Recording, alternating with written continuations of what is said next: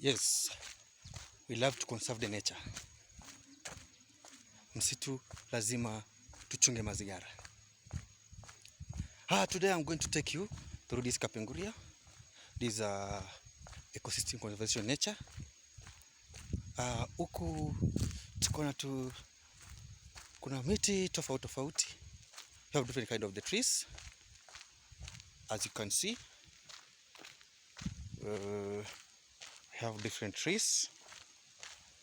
Now, all this is what we were given by God, and we need to conserve them. Ukikata moja, panda mbili. That's a Moi's slogan, na lazima tuzifuate. Nowadays tunaamua kukata mamiti lakini hatu replace. We don't replace at all. Tunakata mbili, tunapanda zero. Tafadhali wa Kenya. Tafadhali wa Kenya.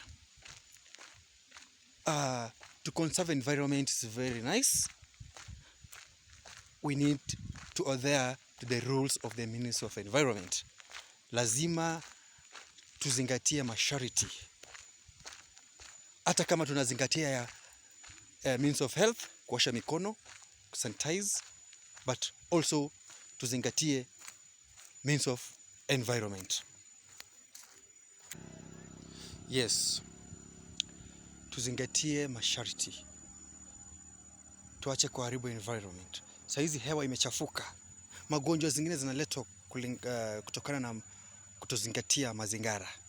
Tafadhali wa Kenya na wahimiza tuzingatie mazingira, magonjwa mengine yatapotea. Hewa ikiwa safi, mazingira ikiwa safi, yote italeta afya njema. Nataka nionyeshe baadhi ya mapicha ya environment ya huku. Ona jinsi inavyopendeza sana. Ona, hizi ni miti. Hapa hewa ni smart kabisa. Hewa ni safi.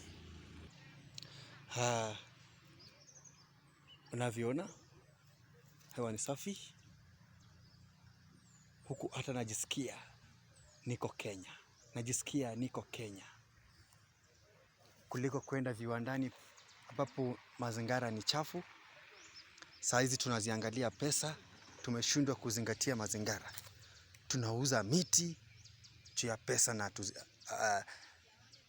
huwa tubadilisha, tupande zingine. Tafadhali wa Kenya, tuzingatie mazingira safi kwa kupanda miti. Tupande miti. Tafadhali, hili video iwafikie Wakenya wote, na pamoja tutaangamiza magonjwa yanatokea with a poor environment, that environment na zingine. Asanteni sana.